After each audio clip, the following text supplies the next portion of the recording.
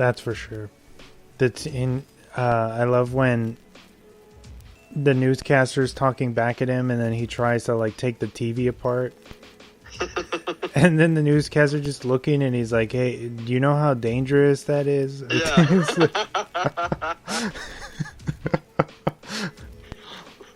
Yeah. And then he's, the thing with the clown is there's a camera in the eye. Yeah. That's how he can see, and that's how he knows what's going on. But it's just it's really clever, fun stuff that starts, and then it gets nuts from there. And like after that, after he has the encounter at the restaurant with the waitress who spills wine on him, and then that's when things start to get nuts, because then there's a good chase scene. They find the guy on the street that's choking, I guess. It seemed like he was choking because she said he was turning blue. So they ride with him to the hospital, and then once they get to the hospital, like, all the lights turn out, everyone just disappears.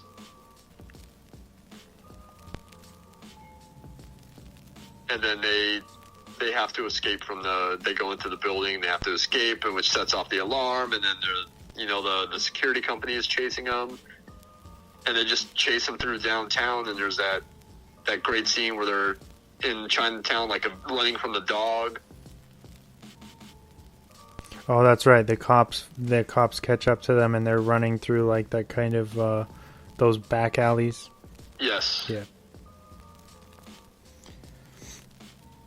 So you mentioned early on, or in your introduction, about the script from Brancato and Ferris. Yes. Who, honestly, like, looking at their credits, man, this is the best script they wrote.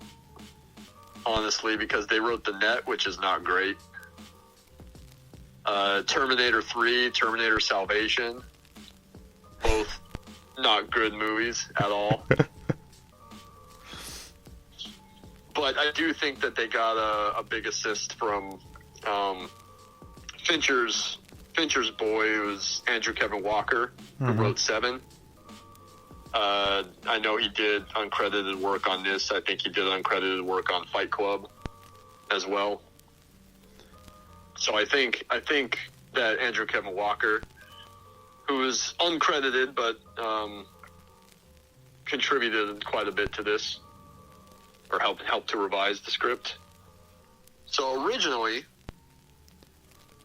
this movie is set up with MGM and Jonathan Mostow as the director. Do you know what other movies Mostow directed? No, you got me on that one. One that you and I really like, that is a great thriller, Breakdown. Oh, shit. With Kurt Russell. Okay. Which is, for all the listeners out there, if you haven't seen Breakdown, we highly recommend that movie. It's very good, and it's got Kurt Russell. Him and his wife, played by Kathleen Quinlan, are driving through the Southwest. They have a breakdown. They get picked up by a truck driver who says, "Hey, I can give you a ride to the next town. Stay with the car. I'll give your wife a ride to the next town. And, we can get a tow truck out here for you. She can call and get a tow truck out here for you." And then the wife just disappears. She goes missing. And Kurt Russell has to try to find her. And when he finds the truck driver's like, "I don't know who you are. I've never seen you before in my life." That's the basic premise of Breakdown. But it's a fantastic thriller movie, and we both highly recommend that movie. So he directed Breakdown. mid-90s, and then another movie which I think is kind of underrated, which is a very good, tense thriller, is U-571. Yeah, I've seen that one. Yeah, that's another really good film. That's what he's directed, and then after those two, he did Terminator 3, unfortunately. And then I don't know what he's done since. But he was the original director attached to this film. They were going to make it like in the early 90s, I believe, with Kyle MacLachlan playing the Nick Van Orton character. And Bridget Fonda as Christine, who is Deborah Kara Unger's character. Who, Deborah Kara Unger, we should mention, we've talked about already, is the waitress that spills the wine on him.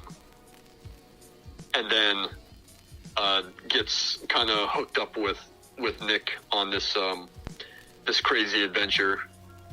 And she's really good in the movie because you never really know what her deal is. And, you know, she's the one that kind of is the key to a lot of things in the film.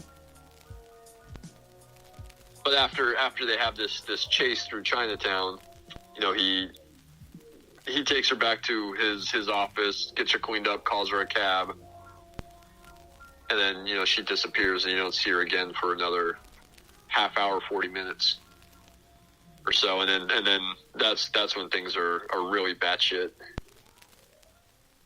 But back to Mostow. He's supposed to direct the movie with MacLachlan and Bridget Fonda. Which, Bridget Fonda, maybe, but MacLachlan, I think he's a little young for the role in the early 90s. Like, Douglas makes sense because he's a bit older. Yeah. I know it's his 48th birthday. I don't know if Douglas was 48 at the time, though. I think he's older than that when the movie gets made. I could be wrong, but he seems older than 48 in the film. But maybe that's because Michael Douglas has been around for a long time, and Michael Douglas has kind of been gray for a long time. So maybe it makes him seem like he's older. But I think Kyle MacLachlan, because that was the early 90s, was probably around the time that Twin Peaks is on, and I think he's a little young and kind of baby-faced at that point in time. But someone could disagree with me if they want. Anyways, so Mostow's supposed to direct it. I think he drops out eventually. Remains on as an executive producer. He is credited in the end credits. But the producer, he buys the script from MGM, gives it to Fincher, hoping that Fincher will direct it. And I think Fincher was supposed to make this movie before 7. Brad Pitt becomes available to do 7, and they have a short window of time because, as we mentioned years ago on our 7 episode, this is the second Fincher movie we're covering. Brad Pitt has a real tight window of time because he goes immediately from 7 into 12 Monkeys. So the decision is to make 7 first, but because 7 was such a huge hit, 7 secures Fincher a much larger budget to make this movie. Gives him a bit more freedom on this. And it works. Even though I think that this film is probably 3/4 of a chase scene, basically. Can you elaborate on that? Just the fact that it just doesn't let up. You know, it's not a literal chase scene, although there are 2? There's the chase scene where they're running away from the security and the cops that we talked about at Chinatown. Yeah. There is somewhat of a chase when he gets in the car and he sees, you know, someone is following him. So he drives through the city and then ends up coming to a stop and realizes that there's a private investigator following him. And then there's the chase scene later on where, you know, things are definitely spiraling for him. He manages to get the address where they dropped off Christine. So he ends up going to her house and asking, you know, what's the deal? And that seems a lot of fun because they're talking and she goes to, you know, do something in the other room. And he's looking around and, you know, there's smoke coming out of a lamp because there's a price tag on the lamp. He starts sniffing around the apartment. Like, there's nothing in the refrigerator. There's nothing in the freezer. The books are fake. He's you know, pretty sure that the picture in the frame is fake. And then that's where you realize that Christine knows something is up too. Because she says, "Hey, they're watching us." Yeah, she says it under her breath, right? Yeah, she said they're listening or something. Yeah, yeah. And there's a great reverse shot where she says, you know, there's cameras in the smoke detector, you know, and it's the cameras on her from, you know, Nick's point of view. And then all of a sudden, after she says it's in the smoke detector, there's a great reverse shot from, you know, basically the perspective of the smoke detector looking down on them across the room. And then, you know, parked outside her place is a cable repair services van, a CRS van. And then basically a hit squad comes out of that. And they have automatic weapons, and all of a sudden they start shooting up the apartment. And there's a great chase scene then when Nick and Christine have to escape from the apartment while the team is shooting at them.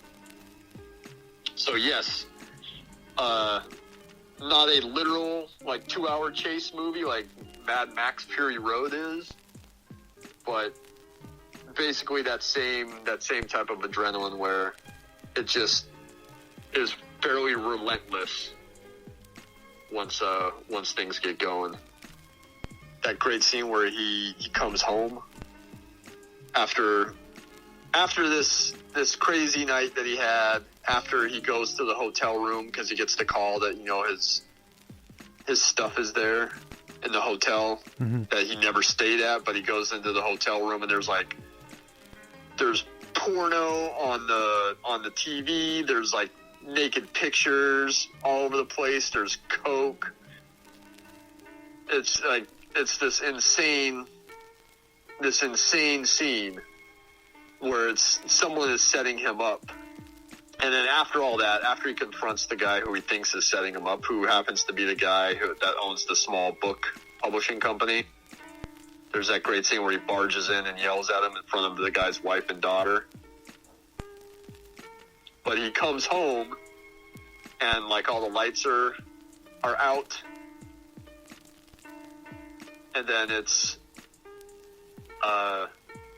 one of the lights comes on. It's like a black light, and you can see all the graffiti all over his house. Yeah, and Jefferson Airplane in the background. Yeah, White Rabbit blasts,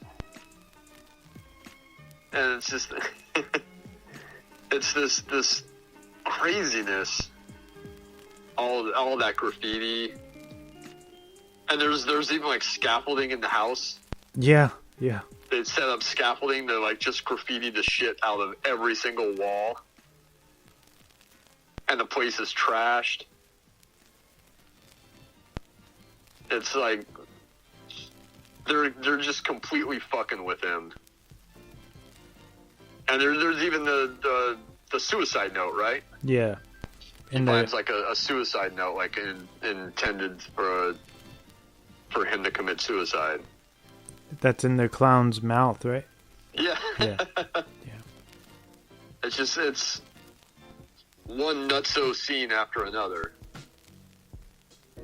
And then the best part, most, like, adrenaline part is when he gets in the cab. He has the breakdown after him and Conrad. Conrad shows up.